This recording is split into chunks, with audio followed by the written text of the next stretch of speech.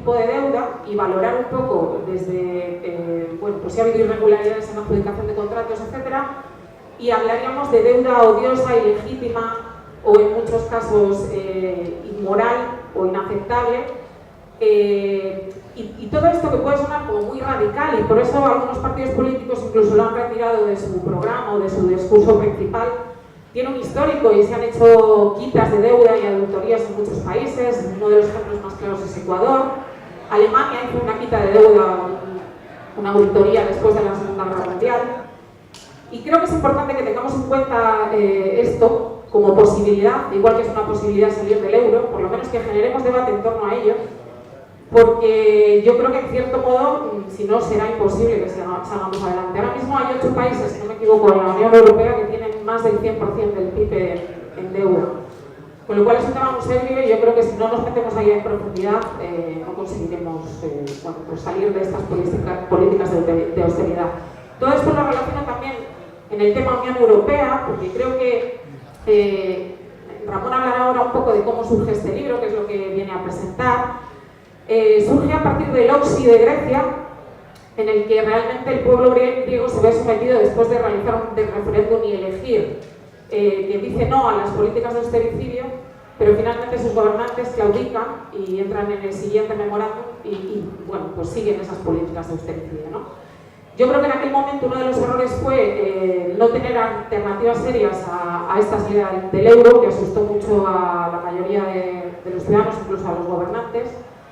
Y dentro de todo esto surgieron estas jornadas en Barcelona, si no me equivoco, bueno, con un grupo de gente que ya venía trabajando en este tema, entre ellos Ramón. Ramón Franquesa es editor de este libro que venimos a presentar, pero también es autor. En realidad, si no me corrija, es un compendio de artículos o bueno, pues de trabajos de opinión de toda la gente que participó en estas jornadas y que sigue participando, clasificada, muy bien clasificada en distintos grupos, pues desde abordar cómo se planteó el euro como moneda única europea y lo que ha supuesto para los países del sur, buscar alternativas y debatir de estas alternativas y también hacer pedagogía, sobre todo en la ciudadanía, para ver que sí es posible salir del euro o cómo se podría salir, ¿no? Entonces, presento ya a Ramón. Ramón Franquesa es profesor en la Universidad de Barcelona.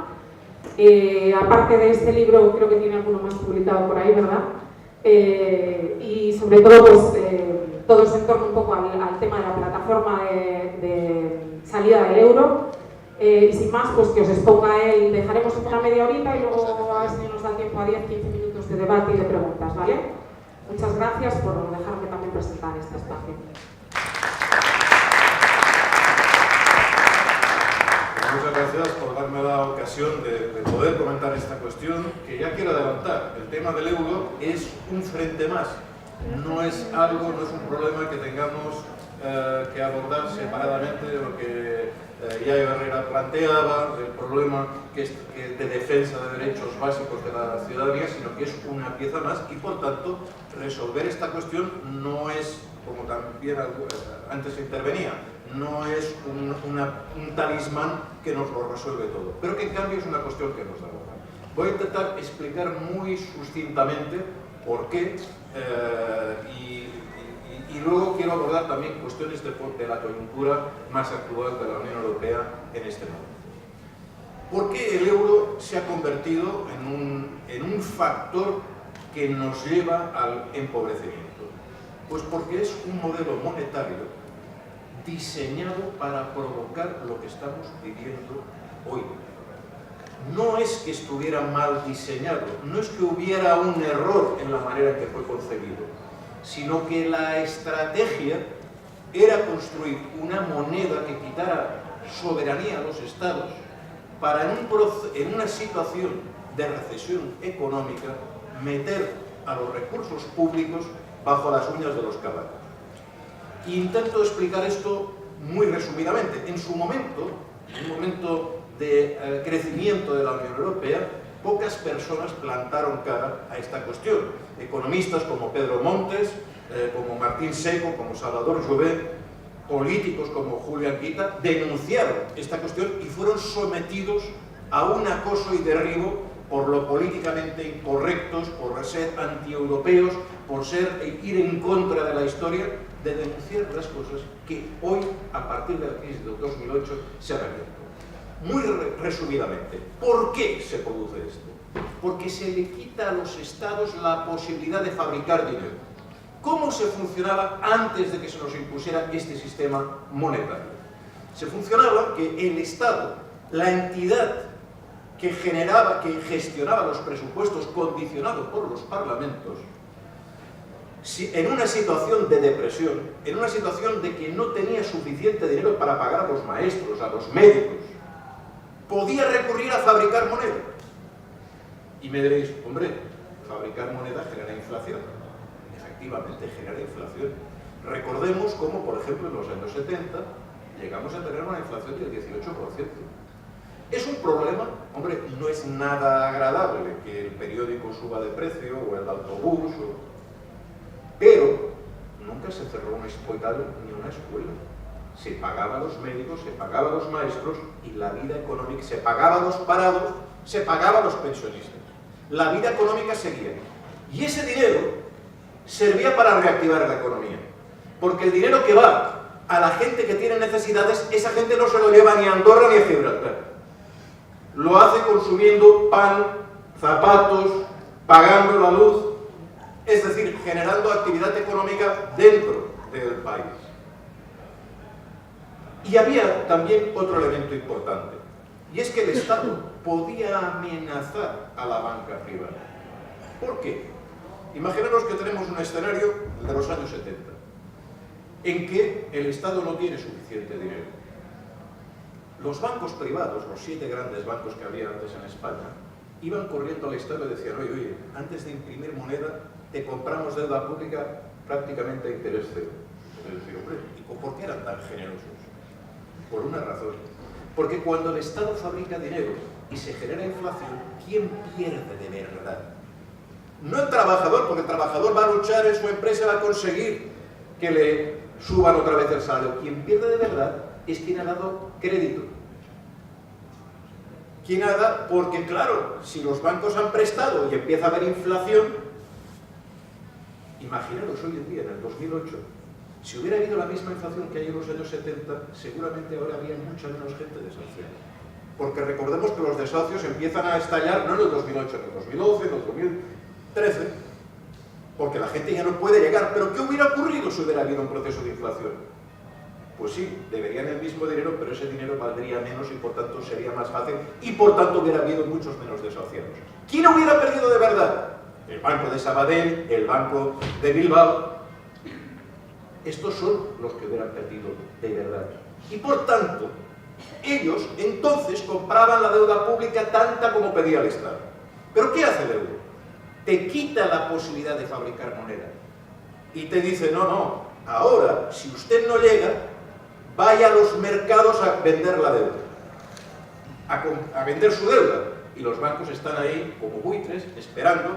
Hombre, ahora verás tú, yo te voy a pedir el 6, el 7, el 8% y voy a generar una deuda eterna, impagable. Y hay que decir que se construyó un Banco Central Europeo que era un banco privado. Un banco que no estaba controlado ni por los parlamentos nacionales ni por el Parlamento Europeo, que estaba en manos de entidades vinculadas a bancos privados. Y mirad el currículum de los directores del Banco Central Europeo. El 70% han trabajado para Goldman Sachs, empezando por su director. Curiosa independencia. Independencia de los parlamentos, pero dependencia y vinculación de los intereses bancarios. ¿Y qué ha ocurrido después? Que cuando la deuda ha empezado a crecer, y la insolvencia de los bancos, ¿qué ha hecho el Banco Central Europeo? Fabricar dinero a mansalva, pero con una diferencia. No se fabrica dinero para rescatar a los desahuciados. No se fabrica dinero para dar trabajo a los médicos, a los parados, a los maestros. Se fabrica dinero para prestar dinero a los bancos para que lo presten a los países. A los bancos, el Banco Central Europeo se lo presta al 0,25 y los bancos lo prestan al 7% a los países. Es decir, se genera una deuda impagable, una bola que va creciendo. Nos decían, con los recortes saldremos de la crisis. Esa deuda que ha crecido mucho, y también me olvidaba de otro tema, porque aquí con la rapidez no tengo tiempo. ¿Cómo surge la deuda? Pues mirad, en el imaginario popular la deuda surge porque hay muchos aeropuertos, autopistas, etc. Es verdad que en parte es eso, pero una parte muy menor. El desastre de ese gasto desaforado e inútil es más un desastre ecológico y de desprecio de recursos que un problema financiero de verdad. El agujero, ¿dónde lo hemos creado? Rescatando los bancos privados. ¿Y cómo generan ese agujero? Generan este agujero no porque fuera el capital interno español el único que especulara. Recordad, los pisos subían el 25% cada año. Y alguien se podía haber preguntado, oye, ¿que no sube el salario del 25% cada año? No. ¿De dónde salía ese dinero? De especuladores internacionales, de los bancos alemanes, franceses, que venían como buitres aquí a montarnos las marinas de oro, a montarnos procesos especulativos, que sí, nos daban la sensación que éramos más ricos. Pues fíjate, el piso, el vecino de al lado, el piso que compramos por 10 lo ha vendido por 15. ¿Qué ricos somos? Los ricos tienen los mismos metros cuadrados. ¿Qué es lo que cambiaba? Lo que cambiaba es que tu hijo ya no podía comprar piso. Lo que cambiaba es que nos íbamos empobreciendo. Y cuando eso estalla, cuando se dan cuenta que tienen una bolsa inmobiliaria que jamás van a vender, ¿qué hacen? Pedir al Estado que los rescate.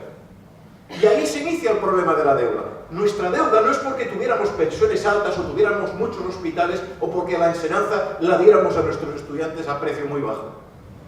Se produce el agujero porque hemos rescatado a la banca privada y fijaros la paradoja. Quienes han cometido el delito de expropiar a este país se han convertido en nuestros acreedores. Son ellos los que tienen la deuda pública. Son ellos. Y para nueva paradoja, por este sistema monetario se prohíbe que los bancos centrales digan quién tiene la deuda. Curiosa cosa. Se prohíbe saber quién es el detentor de la deuda. ¿Por qué? Porque mirad, según nuestras estimaciones de la plataforma de auditoría de la deuda, probablemente cerca de la mitad está en manos de bancos españoles. O sea, quienes están haciendo este negocio son estos que cada final de año cada vez aumentan sus beneficios, mientras cada vez somos más pobres. Este mecanismo perverso está vinculado estrictamente al sistema del euro, que nos lo han vendido muy bien, que nos lo han metido dentro del cerebro y nos han dicho que fuera del euro no hay vida. Mentira. Mentira. Fuera del sistema, de un sistema monetario dependiente hay vida. Por ejemplo, Islandia salió a los 2 meses de la crisis. ¿Porque qué dijo? No vamos a pagar las deudas de los bancos. Y no es que estén creciendo ahora, llevan creciendo 6 años. Otro ejemplo, un sistema parecido, Argentina, con un vínculo directo al dólar, empobreciendo cada vez más paro, más mortalidad infantil, más hambre. ¿Cuándo lo cortan? Cuando dicen se ha acabado. Rompemos la conexión con el dólar y nos independizamos, nos construimos nuestra soberanía. Y a partir de ahí el país empieza a mejorar. No en todo lo que debería mejorar, pero empieza a mejorar.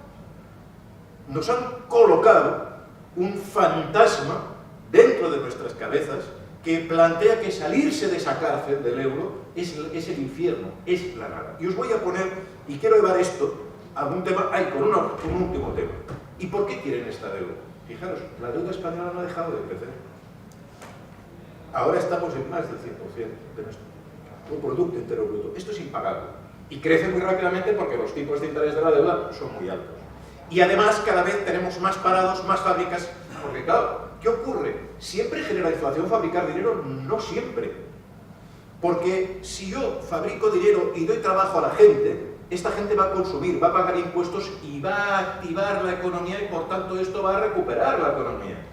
No siempre, cuando hay una enorme cantidad de parados, como tenemos en nuestro país, fabricar dinero no genera inflación, genera actividad económica. Pero, volvamos. ¿Qué va a pasar? ¿Qué objetivo tienen los bancos si saben que esta deuda nunca la vamos a poder pagar? El objetivo es el siguiente. Como el Estado está endeudado para pagar, que venda todo lo que tiene. Que venda hospitales, que venda carreteras, que venda el agua, que venda las funerarias, que venda todo lo que puedan pillar, que venda el sol que cae, el agua que cae de la lluvia. Todo se convierte, lo que está en los presupuestos del Estado y lo que nadie podía pensar que tuviera el Estado, porque nos van a hacer pagar por todo. Y se nos quedan las universidades, se nos quedan las carreteras, se nos quedan los servicios públicos, que luego, eso sí, los ciudadanos vamos a tener que pagar porque van a estar en manos privadas e intentan blindar esa privatización de todas, con mecanismos como el TTIP. En esta situación se da el proceso de Grecia, y es un proceso que hemos de observar con atención. Porque claro, ¿qué ha ocurrido en Grecia? Pues mira, en el 2011, el PASOK, el Partido Socialista, que había hecho enormes concesiones como disminuir los salarios de los funcionarios en un 10%, recortar el 30%, recortar el 70% la extra de Navidad, aumentar la edad de jubilación, bajar los salarios públicos de los no funcionarios un 15%, aumentar el IVA, privatizar por 50.000 millones de euros, todo esto y más. Llega un momento que Papandreou dice: ya no puedo más. Si me seguís presionando, os llevo a un referéndum. Respuesta: le montan un golpe de Estado. La Unión Europea, estos agentes invisibles, compran unos cuantos diputados, se ve que el mercado va fácil, que tumban al gobierno de Papandreou y que ponen un gobierno tecnocrático. Un golpe incruento, pero de los que se están dando en muchos lugares de Europa, en Italia, en Portugal. Es decir, gente que no ha sido votada por la gente, programas que no han sido votados, son impuestos por los pasillos, por detrás, y te colocan. ¿Qué hicieron después con ese tecnócrata, Lucas Papademos? Empezaron a recortar, a hacer todo lo que les pedían. Claro, si son cipayos, ¿no?, que cumplen tal, pues venga, recortes. Claro, ¿qué ocurrió? Que surgió un movimiento, Syriza, que se confronta con el PASOK y dice: mira qué partido más corrupto, un partido que se ha vendido, que sus diputados tal, y por tanto es necesario otra política, otra forma, y a partir de ese momento Syriza, que era una fuerza relativamente pequeña, empieza a subir. El gobierno tecnocrático recorta el salario mínimo un 22%, despide a 15.100 funcionarios, dale. ¿Y qué ocurre? Bueno, que ocurre que Grecia se va desestabilizando y convocan elecciones en mayo de 2012. Y a ver si os suena. Acaban las elecciones, gana Nueva Democracia, pero Syriza ya queda segundo. Y no puede formar gobierno. Y tienen que ir a otras elecciones en el mes de junio. Y ahí vuelven a quedar empatados otra vez, pero entonces hacen un gobierno de concentración nacional. ¿Suena algo esto? Hacen un gobierno de concentración nacional que aplica las políticas que le impone de seguir recortando. No pasa nada. Ahora se meten con las pensiones, se meten con los precios de las matrículas escolares. Siguen, dale que te pego, recortando más derechos sociales. Bien, en ese espacio Syriza sigue creciendo, que había quedado segunda, y dice: no, esto no puede ser, vamos. ¿Y qué hace? Cuestionar la deuda. Y empiezan a analizar. Y claro, ¿qué ocurre? Que la deuda tiene el mismo origen que España, es una deuda ilegítima. Una deuda que se ha generado por estafa, por inducir a gastos, no solo desde el gobierno de corruptos, había corruptores. Gente que compraba a los gobiernos para que pusieran trenes que no se necesitaban, se construyeran puertos que no se necesitaban. Y estos corruptores no residían en Grecia. Y sobre ellos no pasa nada. Se crea la leyenda que toda la culpa es del ciudadano de a pie griego, que como hace la siesta, ha generado una gran deuda. Los corruptores se van de rositas en esta historia. Y dale que te pego, nuevos recortes. Bien, en esta situación, mucha gente del PASOK pasa a Syriza y llegamos con esta situación a final de 2014, en que se convocan nuevas elecciones y entonces sí, Syriza gana. ¿Con qué gana? Con un programa de preservar mínimos sociales y de no pagar la deuda, de cuestionar la deuda. Bien, el problema aparece a partir de ese momento. Porque no se quiere entrar en el tema de fondo del euro. No se quiere entrar porque se dice que la gente no lo va a entender. Y se plantean que no van a pagar la deuda pensando que podían convencer a los acreedores. Como si el problema de Merkel fuera un problema de convencerles. Y no un problema de intereses financieros profundos de esclavizar al sur de Europa. Y en esa dinámica uno no sabe dónde empieza la soberbia, eso de la nueva política, que somos muy jóvenes, que sabemos sobradamente preparados y que tal, y vamos a convencer porque somos muy guays. Pero sin un plan de acción. Es correcto cuestionar la deuda, por supuesto, pero también hay que desarrollar un plan de que si no ceden, ¿qué vas a hacer? Porque eso también forma parte de la negociación. ¿Y cuál era ese plan? Oye, que si no reestructuras la deuda yo no te pago. No hay otra. ¿Y qué es lo que te iban a decir? Porque el economista lo sabía. Si no pagas, te echo del euro. Y ahí viene el problema. Porque no se explica a la gente y se deja que las condiciones se degraden. Hoy, que el señor que era ministro de Economía en ese momento, el señor Lapalitas, Varoufakis, ya se me va la olla, pobre Lapalitas. El señor Varoufakis nos venga explicando que algún día tendrá un plan B y siga sin explicarlo, casi es de jugar la guardia. Porque una persona que ha estado al frente del Ministerio de Economía tiene el deber de preparar un plan B cuando está negociando. Entonces, cuando tiene todos los investigadores, tiene todos los funcionarios para ponerse a trabajar en otro plan.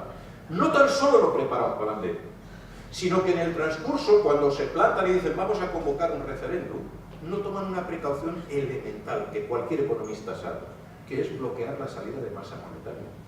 Y los bancos privados sacan billetes de euro a mansalva de Grecia para otros países. ¿Con qué fin? Con el fin de generar un pánico, de asustar a la gente, porque la gente iba a los cajeros y no había billetes. Se los había comido la gente, no, se los había llevado fuera. ¿Para qué? Para asustar a la gente. Cuidado, que como votéis que no pagáis la deuda, se os va a caer. ¿Y qué pasó? Pasó que más del 60% de la gente, a pesar de todas esas amenazas, votó que no. Y ahí viene lo grave. Lo grave es que cuando la gente te ha dicho que no quiere pagar la deuda, entonces renuncias al programa, renuncias a todas las modernidades y pasas por el alto. Y claro, ¿qué es lo que acaba ocurriendo entonces? Entonces Merkel dice, mira, lo que te había ofrecido hace 15 días, nada. Ahora vas a pasar por el aro mucho más. A mí Merkel me recuerda, salvando las distancias, mucho a Hitler en Varsovia. Es decir, no le bastaba Grecia derrotada, el gobierno derrotado que pagaba. Tenía que arrasar, tenía que destruir. ¿Por qué?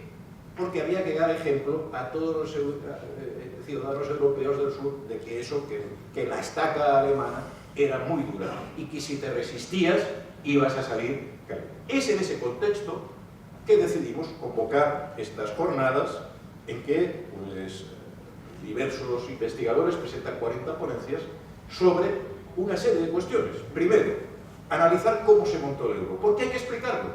Que no es un accidente, no es un error. Hay precedentes que arrancan de la Alemania de los años 30 en esta propuesta, en la propuesta del euro. Desde el punto de vista económico, desde el punto de vista del Banco Central de Alemania. Que se da y que se recuperan y se aplican para situar a Alemania en una posición hegemónica, una situación en que tiene una moneda que favorece su industria y perjudica la industria de los países del sur. Una moneda que permite interferir en la economía y en la política económica de los países del sur. Recortar derechos a partir no de intervenir en el Parlamento, sino de coaccionar económicamente. El segundo capítulo está dedicado a explicar no solo la historia, sino los efectos. Los efectos cuantitativos en términos de pobreza, de paro, de impacto social, que es durísimo, durísimo para muchos países, entre ellos el nuestro, y que se oculta. Y finalmente hay una tercera parte dedicada a explicar cómo podemos salir, cuáles son los mecanismos de salida. Bien, a partir de aquí, esto se produjeron estas jornadas y tuvieron dos efectos: la creación de una coordinadora de movimientos sociales que iban a seguir trabajando, y más tarde, medio año más tarde, también la creación de una red de investigadores, la NSA, en que gente como Óscar Lafontaine, Lapalitzas,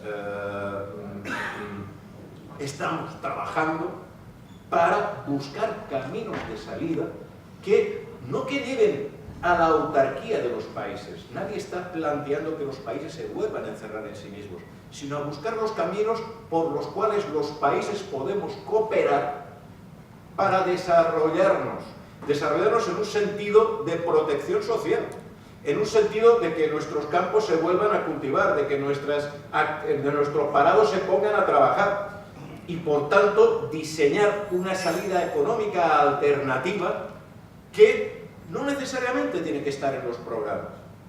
No se exige que ahí, no, poner ahí, salir del euro en el programa, no. Se trata de que se explique pedagógicamente que si no ceden en el tema de la deuda, tenemos otra alternativa, construir un plan B de verdad. Y a este nivel, pues de cara al otoño hay dos convocatorias importantes, una cerca de Roma, la penúltima semana del 23 de septiembre, de encuentro de movimientos sociales, y otra en la Universidad de Barcelona, la Facultad de Económicas, de encuentro de diseño de modelo productivo alternativo. Es decir, si rompemos con este marco, ¿qué producimos los españoles? ¿Nos dedicamos a hacer de camareros o podemos recuperar la agricultura? Algunas de las cosas que planteaba Yoyes antes tienen mucha validez en lo que estamos planteando. ¿Qué puede hacer nuestro país? ¿Qué necesita la gente de nuestro país? ¿Es útil tener médicos que no trabajan, maestros que no trabajan? ¿Esto sirve para algo? ¿Es útil tener a la gente encerrada ahí en casa sin salida mientras se degrada el medio ambiente y no restauramos nuestros bosques? ¿O tenemos capacidad de política económica de crear un modelo productivo alternativo? Y no para competir con Portugal ni con Italia, ni con aquellos que quieran acompañarnos en este camino, sino para cooperar. No se trata de buscar el aislamiento, se trata porque podemos cooperar los países del sur. Y podemos trabajar en una línea distinta a la que se nos ha estado marcando. Y en este sentido, tiene pues sentido esas jornadas que se van a convocar, pues esto, en el mes de octubre. Yo, en fin, la cosa esta está muy apretada, este es un tema muy denso para poderlo abordar, pedir que sea breve, me voy a limitar a esto. En todo caso, pues abrimos un debate. Sí, invitaros a varias cosas, ¿no? Uno, que si alguien quiere el libro, he traído unos cuantos, pues lo hemos tenido que autofinanciar con la edición y vale 10 euros, pero si alguien no puede pagar esos 10 euros, los textos, las ponencias que están aquí, están en internet, en la página web de Salir del Euro. Por tanto, pues las ponencias, según sea el interés de cada cual, se pueden bajar, consultar, etc. Segundo, todos aquellos movimientos o personas que quieran seguir en contacto, vamos a dejar pues, una hoja, pues inscribir, dejáis el correo electrónico y os vamos a mantener informados de estas iniciativas. Y la última cuestión, no es solo un problema técnico, vuelvo a lo del principio. Ser capaces de romper con el euro es un instrumento técnico que debe estar acompañado de un proceso social de empoderamiento social. Si no desarrollamos los movimientos sociales, si estos movimientos sociales no entienden que hay una alternativa que puede tener problemas a corto plazo. Los compañeros de Grecia, en la coordinadora, nos comentaban cómo Nueva Democracia, cómo el PASOK amenazaba a los griegos durante el referéndum a que se iban a quedar sin carne y sin leche. Otra de las paradojas, hemos tenido una política común agraria dedicada a destruir nuestros medios de alimentarnos para hacernos más dependientes y asustar a la gente. Bueno, hay alternativas a la energía, a la alimentación, pero es posible que en las primeras semanas hubiera dificultades. No se puede abordar esto sin explicar claramente a la gente que las dificultades que pueden haber al día después de una salida, un Brexit, son lo previo a un desarrollo integrador, porque si no, la derecha te va a desestructurar. Y una última cosa con la cual también me quiero referir, y es al tema del Brexit. Hemos visto una campaña electoral, y que nadie se confunda, yo he votado lo que tenía que votar y por la izquierda alternativa. Pero dicho esto, hemos tenido una campaña electoral que no se ha hablado de Europa, como si esto no existiera. Que no se ha querido hablar del tema de la deuda, que tiene un elemento muy importante. Y también compañeros de la plataforma de la deuda del Estado español participaron en el Parlamento griego en auditar la deuda, y también podéis ver en nuestra página web el informe que hicieron, que está traducido al castellano, que es demoledor. ¿Y qué hizo Tsipras? Pues ante las insinuaciones de Merkel, oye, es políticamente incorrecto que me pases por las narices este informe que ha elaborado el Parlamento. Lo metió en el cajón en lugar de movilizar a su ciudadanía y utilizarlo como instrumento de democracia. El tema de auditar la deuda es muy importante en este tipo de procesos, de ser capaces de explicar a la gente de dónde estamos. Abiertamente. Pues estuvimos en una campaña electoral que se huía de estas cuestiones. Algunos, además de estar en esta campaña electoral, estuvimos dando apoyo al ala izquierda del Partido Laborista, pidiendo el salir, pidiendo el líder. ¿Y qué se ha producido? Pues mirad, cuando alguien no quiere que el debate entre por la puerta, resulta que le entra por la ventana. Y han habido muchos factores para el desastre electoral que ha tenido la izquierda transformadora, pero seguro que este ha sido uno de ellos. No hablar de Europa y no entender que la victoria del Brexit era una victoria de los trabajadores, que es verdad que había gente de derecha que utilizaba eso de manera racista, pero era una victoria de los trabajadores, que iba a paralizar el TTIP, que iba a poner serios obstáculos a los planes de privatización. El no haber explicado esto y a la gente sentirse aterrorizada porque cae en la bolsa, vete a saber dónde voy a trabajar, pues seguramente, si no me explican dónde voy, pues oye, para esto voto a lo de siempre, madrecita, que me quede donde estoy. Cuando no se explican las cosas, vuelvo a decir, cuando intentas poner una marea, ponerle la puerta, tienes el riesgo de que te entre por la ventana, con un agravante, porque el Partido Popular, por ejemplo, lo tuvimos en lo de Atocha, pero claro, lo de Atocha no se sabía. El tema este, hombre, es sorprendente que nadie de las direcciones de la campaña electoral pensara que fuera cual fuera, es más, fuera cual fuera el resultado, eso iba a impactar en lo que iba a pasar en España. Porque también nadie ha hablado aquí de lo que hubiera representado la victoria de Cameron. La victoria de Cameron, que permitía que los trabajadores extranjeros en Inglaterra pudieran trabajar sin prestaciones sociales y que establecía dos categorías de trabajadores, los nacionales y los extranjeros. Eso era abrir la puerta al fascismo en pocos años en Inglaterra. Era abrir el conflicto dentro de los trabajadores. Nadie entró en este debate. Y por tanto, creo que de cara al futuro los debates los hemos de abordar con la mente despejada, las orejas abiertas y hablando abiertamente de los problemas y no colocándolos debajo de la alfombra.